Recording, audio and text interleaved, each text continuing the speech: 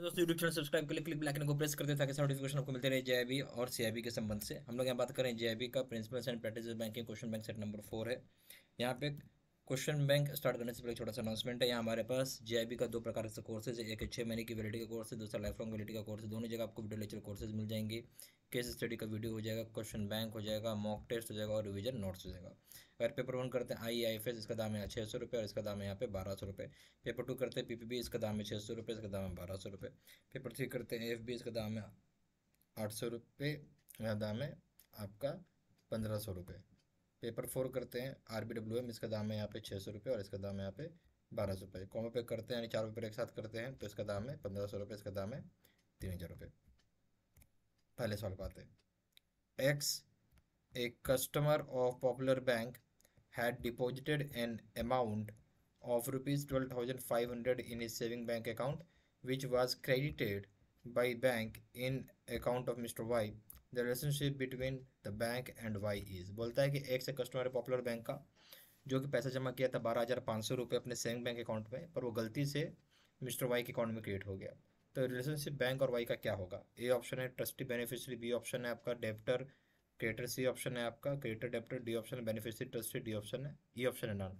None होगा क्योंकि क्या है, गलती से दूसरे अकाउंट में क्रिएट हो गया ना। ठीक है, ये चीज़ है। तो यहाँ पे सीधा सीधा ऑप्शन आ जाएगा नन।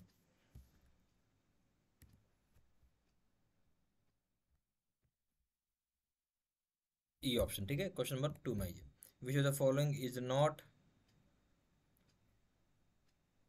देखिए, which of the following is not a feature of a term deposit, इसमें से कौन सा जो है फीचर नहीं है टर्म डिपॉजिट का, वो पूछ रहा आपका। ठीक है, टर्म डिपॉजिट का। ये ऑप्शन है minimum period is 7 days and maximum 10 years। ठीक है, मिनिमम पीरियड जो होता है 7 दिन है और मैक्सिमम हो जाएगा 10 साल के लिए बनता है आपका FD। बी ऑप्शन है tax deduction at source is to be done where the amount of deposit is more than ₹10,000 with effect from 1/6/2007। बोला टैक्स डिडक्शन जो है सोर्स पे होगा 10,000 रुपये या उससे ज़्यादा पे है लगेगा 1/6/2007 से। सी ऑप्शन है the term deposit can not be transfer, term deposit को आप ट्रांसफर नहीं कर सकते हैं। डी ऑप्शन है the name of the other person can be added और deleted to the deposit on request of the depositors. ठीक है, अब इसमें नाम है दूसरे पर्सन का, उसको ऐड भी कर सकते हैं डिलीट भी कर सकते हैं टर्म डिपॉजिट पर जब कोई डिपॉजिटर रिक्वेस्ट करेगा तो। समझिए इस बात को, क्या बोलता है इसमें से कौन सा फीचर नहीं है टर्म डिपॉजिट का, वो आपसे पूछा जा रहा है। सबसे पहला चीज़ बोला कि मिनिमम पीरियड 7 दिन होगा, मैक्सिमम हो जाएगा 10 साल। क्या बात सही है? ये बात बिल्कुल सही है। मिनिमम पीरियड 7 दिन का होता है, कम से कम एफडी को 7 दिन का खुलेगा, ज़्यादा ज़्यादा 10 साल के लिए खुलेगा, ये बात भी सही है। फिर टैक्स डिडक्शन की जो बात कर रहा है सोर्स पे, पहले था 10,000 रुपये, अब ये बढ़ के हो गया है 40,000 रुपये। और ये कानून कब से आया है? 2020 में आया है। ठीक है, तो इसलिए ये ऑप्शन है आपका यहाँ पे गलत हो गया। सी ऑप्शन टर्म डिपॉजिट को ट्रांसफ़र नहीं कर सकते हैं, बात बिल्कुल सही है। डी ऑप्शन है कि नाम चाहेंगे किसी पर्सन का ऐड भी कर सकते हैं डिलीट भी कर सकते हैं डिपॉजिट पर, अगर डिपॉजिटर रिक्वेस्ट करेगा तो, ये बात भी बिल्कुल सही है। ये सारे बातें सही हैं। ठीक है, तो ये चीज़ हो गया आपका। तो इसमें सही आंसर क्या आ जाएगा? बी। गलत जो था वो चुनना है, सही आंसर बी हो जाएगा। Question number 3, the receivables of various loans and obligations are put together and distributed amongst investors in which of the following. बोलता है क्या है, जो रिसीवेबल्स होता है यानी लोन का जो पैसा है, रिसीवेबल्स लोन और दूसरी तरह ऑब्लिगेशंस के जो पैसे मिलेंगे वो इन्वेस्टर्स के बीच में डिस्ट्रीब्यूट करेंगे, इस चीज़ को क्या बोलते हैं? ऑप्शन है लीजिंग, बी ऑप्शन है फैक्टरिंग, सी ऑप्शन है सेक्रेटाइजेशन, डी ऑप्शन है वेंचर कैपिटल, ई ऑप्शन है फॉरफिटिंग। यानी इन्वेस्टर्स लोगों ने, कई सारे लोगों ने, जिसको बहुत सारे इन्वेस्टर्स लोगों ने कई डिफरेंट तरह के लोन्स दिए, तो वहाँ लोन देंगे तो क्या मिलेगा? इंटरेस्ट मिलेगा। जितना इंटरेस्ट मिला, जितने लोगों ने पैसा बांट मतलब इन्वेस्ट किया है, जो इन्वेस्टर है, उसी प्रोपोर्शन में पैसा आपको मिलेगा। सही ऑप्शन क्या हो जाएगा? इस चीज़ को क्या बोलते हैं? Securitization, C option. Question number 4 में आइए। In order to obtain cash for its credit sales, the duly accepted domestic sales invoice are assigned by the seller in favour of a third party, such purchase of receivable by the said third with और without recourse is called. अब क्या है, यहाँ बोलता है कि आपको cash मिलता है क्रेडिट सेल्स के ऊपर जो कि ड्यूली एक्सेप्ट होता है डोमेस्टिक सेल्स इनवॉइस जो कि सेलर के द्वारा असाइन किया जाता है किसी थर्ड पार्टी को। इस तरह का जो परचेजेबल होता है थर्ड पार्टी द्वारा, हो सकता है कि विथ रिकॉर्ड्स हो चाहे विदाउट रिकॉर्ड्स हो, से क्या बोलेंगे। समझिए बात को। मान लेते हैं कोई एक मैन्युफैक्चरर है, ठीक है, वो अपना सामान बनाया और उसने डिस्ट्रीब्यूटर को सामान बना के दे दिया। अभी जो डिस्ट्रीब्यूटर है वो क्या देगा, पैसा देगा, है ना। इसने एक बिल बनाया, हम इसको इनवॉइस बोलते हैं बिल को, और इसका काम क्या है, पैसा देगा डिस्ट्रीब्यूटर, ठीक है। पर डिस्ट्रीब्यूटर तुरंत नहीं देता, डिस्ट्रीब्यूटर बोला कि हम आपको 2 महीने के बाद पैसा देंगे। अभी भाई 2 महीना बैठा तो नहीं रहेगा ये मैन्युफैक्चरर। अभी क्या करेगा, यहाँ बैंक आ जाएगा पिक्चर में। अब यहाँ पे बैंक आ गया, तो अभी मैन्युफैक्चरर जो है सीधा इनवॉइस बैंक को देगा, ठीक है। बैंक को बोलेगा आप खुद ही कलेक्ट कर लीजिए डिस्ट्रीब्यूटर से, ठीक है, आप खुद कलेक्ट कर लीजिए डिस्ट्रीब्यूटर से। अभी ये डिस्ट्रीब्यूटर इसको डायरेक्टली पैसा पे कर देगा, ठीक है। किसको, बैंक को। बिल दिखाएगा, डिस्ट्रीब्यूटर उसको पैसा पे कर देगा। मान लीजिए 100 रुपये का बिल था, एक एग्जाम्पल बता रहा हूँ। तो बैंक बोलेगा कि भाई हम आपको 90 ही रुपये देंगे, बाकी 10 रुपया हम आपको नहीं लौटाएंगे क्योंकि वो हमारा कमीशन हो गया। ऐसा क्यों करते हैं, ऐसा इसलिए करते हैं, हर आदमी के पास आप सामान, मान लीजिए बड़ा ऑर्डर है, हर किसी के पास तुरंत पैसा तो होगा नहीं जब तक सामान बिकेगा नहीं। तो डिस्ट्रीब्यूटर के पास जब तक सामान पूरा क्लियर नहीं होगा तब तक पैसा कहाँ से देगा वो।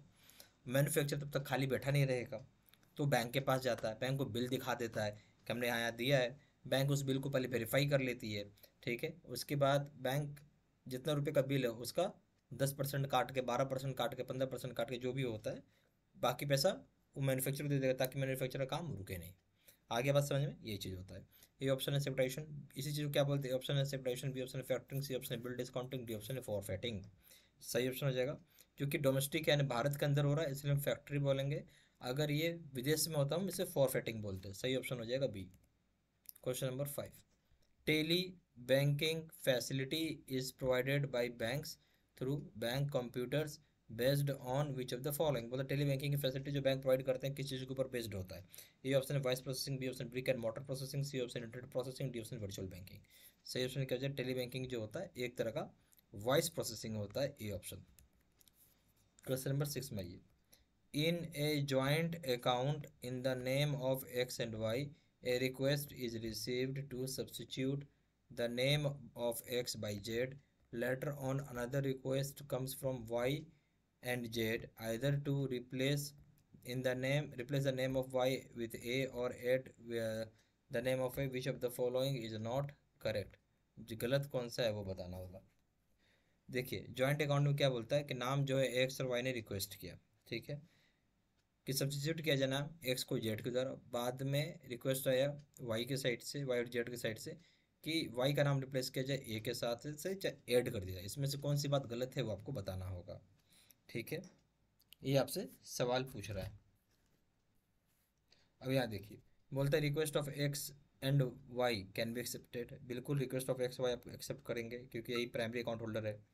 फिर बी ऑप्शन है request of Y and Z to replace the name of Y with that of A can be accepted. बोलता है रिक्वेस्ट जो वाई और जेड का रिप्लेस करने का नाम वाई को ए के साथ एक्सेप्ट कर लिया जाए, तो ये एक्सेप्ट नहीं होगा। फिर सी ऑप्शन देखेंगे, request of Y and Z to add the name of A can be accepted. बोलता है रिक्वेस्ट किया जा रहा है वाई और जेड के साइड से कि नाम जो है आप ए का एक्सेप्ट कर लिया है, तो यह हो जाएगा। फिर है डी ऑप्शन देखें, while changing the name it has to be insured that at least one of the original account holder should continue in the account. बोलते हैं जब भी आप नाम चेंज करते हैं उसमें से बात का श्योरिटी दिखा जाता है कि 2 आदमी तो कम से कम एक आदमी ओरिजिनल अकाउंट होल्डर है वो कंटिन्यू करे अकाउंट में, ठीक है। ये बात भी सही है, इसी वजह से ये ऑप्शन यहाँ पे गलत हो गया, ठीक है, क्योंकि वाई और जेड में वाई को रिप्लेस कर रहे हैं तो ओरिजिनल वाला था, इसलिए ये गलत ऑप्शन था, ठीक है। सही आंसर हो जाएगा B. Question number 7, revolving credit is made available in which of the following. Revolving credit का मतलब है कि अब मान लीजिए आपके पास 100 रुपया था, ठीक है, 100 रुपये में आपने यूज़ किया 10 रुपये, ठीक है, और ये बिल आ गया आपको मान लीजिए 10 रुपये का। आपको 1 महीने का टाइम मिला और आपने फिर पे कर दिया 10 रुपये, फिर से 100 रुपये हो गया। यानी ये ऐसा होता रहेगा महीना महीना, ठीक है। इस चीज़ को क्या बोलते हैं, ए ऑप्शन है क्रेडिट कार्ड, बी ऑप्शन है प्रीपेड कार्ड, सी ऑप्शन है क्रेडिट कार्ड, डी ऑप्शन है ऑल द अबव।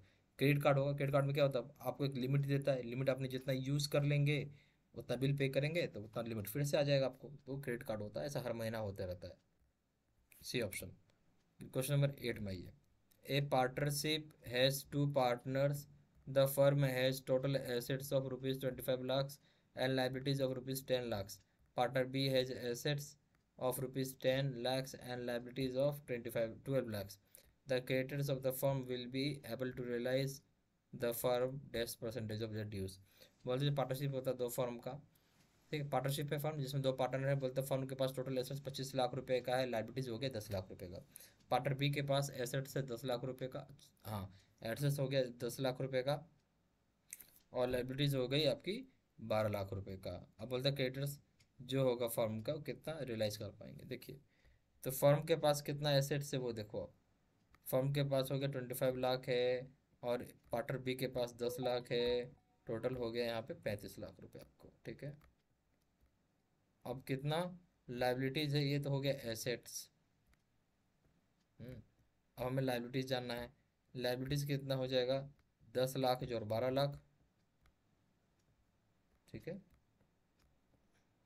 ये हो जाएगा आपका 22 लाख, ठीक है। अब सिंपल से कैलकुलेशन है, 22 को आप 35 से डिवाइड करके देखेंगे, मल्टीप्लाई बाय 100 करना है, वो आपका परसेंटेज आ जाएगा, ठीक है। मोटा मोटी समझ लो चाहिए 75% के आसपास होगा ये, ठीक है, ये हो जाएगा 75%। तो सही आंसर हो जाएगा ए ऑप्शन 0.5, बी ऑप्शन है 60%, C option 75%, D option 100%। C option हो जाएगा सी 75%। क्वेश्चन नंबर 9 में आइए।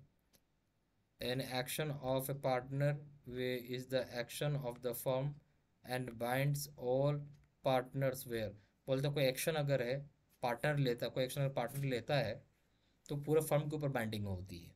कहाँ पे, ए पॉइंट दिया है, it is usual course of business of the firm, जहाँ पे usual basically usual course of business होता है फर्म का। क्या बात सही है, बिल्कुल सही है। बी ऑप्शन, बी पॉइंट हो जाएगा इन usual way of doing business, जैसे नॉर्मल बिजनेस करते हैं उस तरीके में, बट बाइंडिंग होगी सारे पार्टनर्स को। क्या बात सही है, बिल्कुल सही है। सी पॉइंट है as a partner on the behalf of the firm, जो पार्टनर होता है on the behalf of the firm में होगा। क्या बात सही है, बात बिल्कुल सही है। सी पॉइंट हो जाएगा, आंसर हो जाएगा A to C all. B option हो जाएगा A and B only. C option हो जाएगा A and C only. D option हो जाएगा बी एंड सी ओनली। सही ऑप्शन क्या है वो आपको बताना होगा। सही ऑप्शन हो जाएगा ए टू सी ऑल, सारे ऑप्शन सही है इसमें। ये ऑप्शन क्वेश्चन नंबर 10 में आइए। The maximum amount date can be transferred by an individual on national electronic fund transfer system is, बोलता है मैक्सिमम अमाउंट कितना ट्रांसफर कर सकता है कोई भी individual national electronic fund transfer system में, जिसको हम नेफ्ट बोलते हैं। A option ₹1 lakh, B option ₹10 lakh, C option ₹100 lakh, D option है नन। सही ऑप्शन हो जाएगा आप अनलिमिटेड पैसा भेज सकते हैं, ठीक है, इसलिए नन हो जाएगा डी ऑप्शन। यहाँ पे हमारे पास जीआईबी का दो तरह के कोर्सेज है, एक जो है आपका 6 महीने की वैलिडिटी का कोर्स, दूसरा लाइफ लॉन्ग वैलिडिटी का कोर्स। दोनों जगह आपको वीडियो लेक्चर कोर्सेज मिल जाएंगे, केस स्टडी का वीडियो मिल जाएगा, क्वेश्चन बैंक मिल जाएगा, मॉक टेस्ट मिल जाएगा, रिविजन नोट्स हो जाएगा। पेपर 1 करेंगे इसका दाम है 600 रुपये, यहाँ दाम है 1200 रुपये। पेपर 2 करेंगे इसका दाम है पीवीपी, इसका दाम है 600 रुपये, इसका दाम है 1200। पेपर 3 करेंगे एफबीएम, इसका दाम है 800 रुपये, इसका दाम है 1500 रुपये। पेपर 4 करेंगे आरबीडब्ल्यूएम, इसका दाम है 600 रुपये, इसका दाम है 1200 रुपये। कॉम्बो पे करेंगे 4 पेपर का तो इसका दाम है 1500 रुपये, इसका दाम है यहाँ पे 3000 रुपये। ज़्यादा जानकारी के लिए फ़ोन कर पूछ सकते हैं। फ़ोन नंबर हो जाएगा 9508536524, या फिर वेबसाइट पर जाकर डायरेक्टली ऑनलाइन ऑर्डर प्लेस कर सकते हैं। वेबसाइट पर जाकर www.jibsebimadeeasy.com, ईमेल आईडी हो जाएगा seat713@gmail.com। सारा इन्फॉर्मेशन मैंने इसी वीडियो के डिस्क्रिप्शन बॉक्स में डाल दिया। Thank you very much.